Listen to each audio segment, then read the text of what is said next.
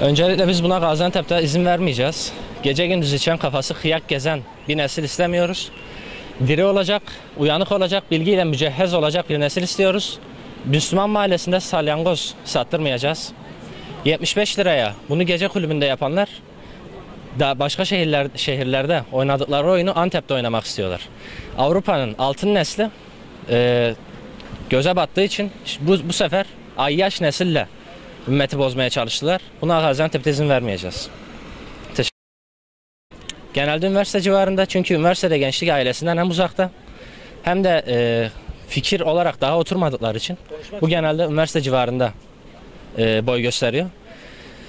İslam'ın birleşmediği sürece, Müslümanlar birleşmediği sürece, bu haberi izleyenler birleşmediği sürece Gaziantep'ten İslami bir yapı beklemesinler. Gaziantep bozulacak. Gaziantep ayakta duruyorsa bugün STK'ların, cemaatlerin sayesinde ayakta duruyor.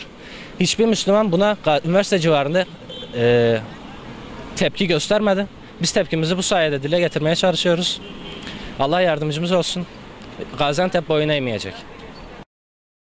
Baktığımızda isim verecek olursak diğer şehirlerde, bu İstanbul'da da oldu, daha çok Eskişehir'de mevcut. 75 liraya sınırsız içkili. Bazen bu burada kalmayacak. Tabii bunu daha da ucuzlatacaklar. Çünkü bu bir nabız yoklama. Halkın nabzını yokluyorlar. 75 liraya bir yere oturduğunuzda 4 bardak içki bile içemeyeceğiniz ortamlarda sınırsız alkol verilmeye çalışılıyor. Yani bu hem halkın nabzını yoklama, hem üniversiteli gençliği bozma adına yapılan bir işlem olduğu için buna bir daha söylüyorum, izin vermeyeceğiz. Önümüzden geleni ardımıza koymayacağız. En başında dediğim gibi Recep Tayyip Erdoğan içki yasasını gündeme getirdiğinde gece gündüz içen, kafası kıyak bir nesil istemiyoruz.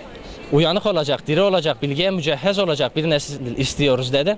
Ve bunu burada AK Partili bir belediye gözümüze soka soka bu afişleri hala toplamıyorsa, biz burada dünden beri zabıtayı aradık, hiçbir şekilde bize dönüş verilmedi. Belediye başkanını aradık, hiçbir şekilde dönüş verilmedi. Gençler olarak biz buna tepkimizi her türlü ortaya koyacağız.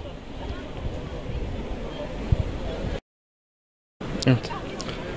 Üniversite gençlerinin yozlaştırılmaya çalışıldığı böyle bir etkinliğin kesinlikle yapılması kabul edilemez. Bütün üniversite gençliğinin bu etkinliğe tepki vermesi gerekiyor. Başta hükümet yetkilileri olmak üzere belediye başkanları, Büyükşehir Belediye Başkanı, ilçe belediye başkanları haberimiz yoktu gibisinden bir şey dillendirmeye de hakları yok. Çünkü dün bir tağ oluşturulmuştu ve oluşturulan tağlarda isimleri mention atılarak dillendirilmişti. Bütün hükümet yetkililerinin bundan, Antep'teki hükümet yetkililerinin bundan haberi var. Bununla beraber buna karşı onların da bir tepki ortaya koyması gerekiyor.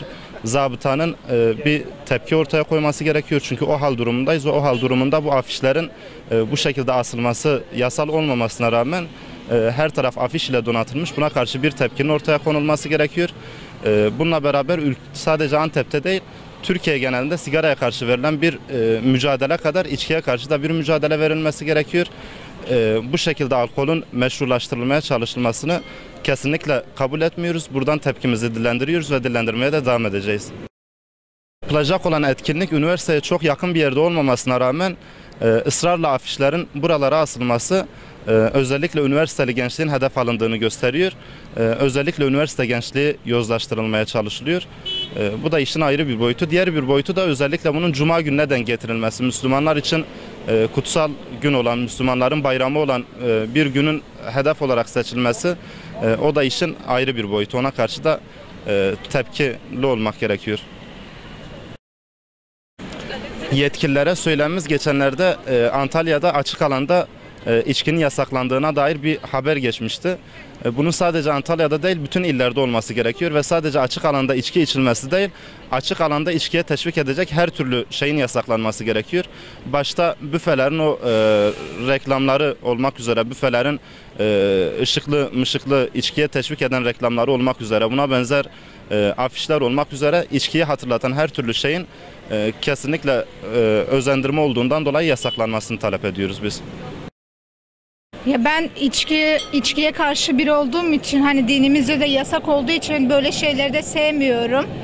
böyle yetiştim, böyle büyüdüğüm için ben buna karşıyım. Hani bir de öğrenci tarafından düşünülünce hani olumsuz şeyler çıkacağından da eminim. Olduğunu düşünüyorum. Buradan da yetkililere sesleniyorum. Hani bu yanlış bir şey, yapmamaları gereken bir şey. Olumsuz olarak bakıyorum.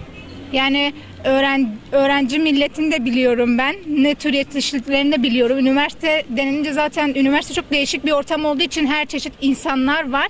Hani olumlu olanlar var, olumsuz olanlar var. Bakıyorlar yani.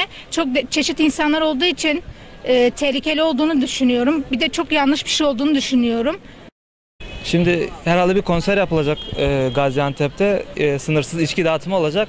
Yani bu aşikardır. 15 Temmuz'da da gördük. Bu milleti topla, tüfekle, kavgayla, kanla korkutamıyorlar, mağlup edemiyorlar. Bunu geçmişte işte Kurtuluş Savaşı'nda da ceddimiz bunu her zaman ispatlamıştı. Şu anda Şehit Kamil sınırları içerisinde, Gaziantep Şehit Kamil sınırları içerisinde bulunuyoruz. Şehit Kamil, Şahin Bey gibi atalarımız, cedlerimiz bir peçe uğruna, bir başörtüsü uğruna canlarını feda eden, şehit olan atalarımız. Ki bunu Batı ve şer odakları çok iyi bildiğinden dolayı gençliği kanla, işte topla, tüfekle mağlup edemeyeceklerini bildikleri için gençlerin üzerinde bu tür oyunlar oynanıyor. Nasıl? Eğlenceyle, işte zevkle, sefaatle onları kandırmaya çalışıyorlar. Onların manevi ve ahlaki değerlerine saldırarak kimliksiz, şahsiyetsiz bir nesil ortaya çıkarmak istiyorlar. Kısaca böyle. Gaziantep'te yerel bir gazete zaten bu konu hakkında manşet atmıştı. Dün akşam da Twitter'dan hashtag açılmıştı. İşte Antep'te alkol özendirilmesin diye. Çünkü baktığımız zaman üniversite çevresinde olsun, Gaziantep genelinde olsun buranın burada oturan insanlara sorduğumuz zaman son 5 yıldır, 10 yıldır özellikle gençler üzerinde ve diğer nesiller üzerinde şeyler yapılıyor. Yani bu tür faaliyetler, organizasyonlar yapılarak gençleri uyuşturmaya çalışıyorlar. Bence uygun değil yani. Hem de bu zamanda böyle gençlerin bu şekilde içkili bir ortamda olması hiç iyi değil bence. Yanlış bir düşünce. Ya içkili olması bence yanlış bir durum. Hani içkili olmamalı en azından. Çünkü insan içki içince kendinden geçiyor. Yani ne yaptığını bilmiyor. Bence o yanlış. Bir de sabaha kadar falan olması dediniz. Açıkçası ben olumlu bakmıyorum yani. Şimdi az önce bahsettiğiniz gibi sınırsız bir alkol ikramı söz konusu. Güzel bir teklif üniversite öğrencileri için. Hani bu konuya meyilli olan kesim için. Normal şartlarda 4-5 kadehle hani zaten 70-80 lirayı bulan bir alkol fiyatı mevcut şu anda Türkiye'de. Bunu sabaha kadar sınırsız şekle getirip güzel bir teklif sunuyorlar üniversite öğrencilerine. Hani burada dindar nesilden bahsediliyor. Hani Sayın Cumhurbaşkanımız dindar nesilden bahsediyor. İşte sokakta ayyaş gezmeyen bir nesilden bahsediyor. Ama burada ciddi bir teşvik edicilik var. Ben bunun haricinde hani burada bir yozlaştırma amaçlı bir girişim olarak görüyorum bunu ya. Üniversite çevresine bu tür afişlerin asılıp fiyatı böyle düşük tutmaları, hani daha cazip şeyler sunmaları gençlere. Özellikle üniversite gençliğine hedef alması zaten işin farklı bir boyutu. Hani bu tür faaliyetlerin Gaziantep'te yapılması, teşvik edilmesi, reklamının yapılması kabul edilebilir şeyler değil yani. Ya zaten dün sosyal medyada yanlış hatırlamıyorsam Türkiye gündemine girmişti bu olay. Hani Twitter'da gündeme göz gezdirirken görmüştüm. İlgimi çekmişti. O şekilde bakmıştım. Zaten gündeme gelmesi Gaziantep'te nasıl bir tepkiye yol açtığını gösteriyor. Yani tepkinin boyutunu ortaya koyuyor. Twitter'da gündem olması. Ciddi bir zaten üniversitemizin rektörü retweet demişti. 2 tane bu konuyla ilgili Antep'te alkol şey yapılmasın diye. Yani gördüğümüz kadarıyla Gaziantep'te ciddi bir tepki var. Hani biz de gençler olarak bu konudaki rahatsızlığımızı bu vesileyle dile getirmiş oluyoruz inşallah.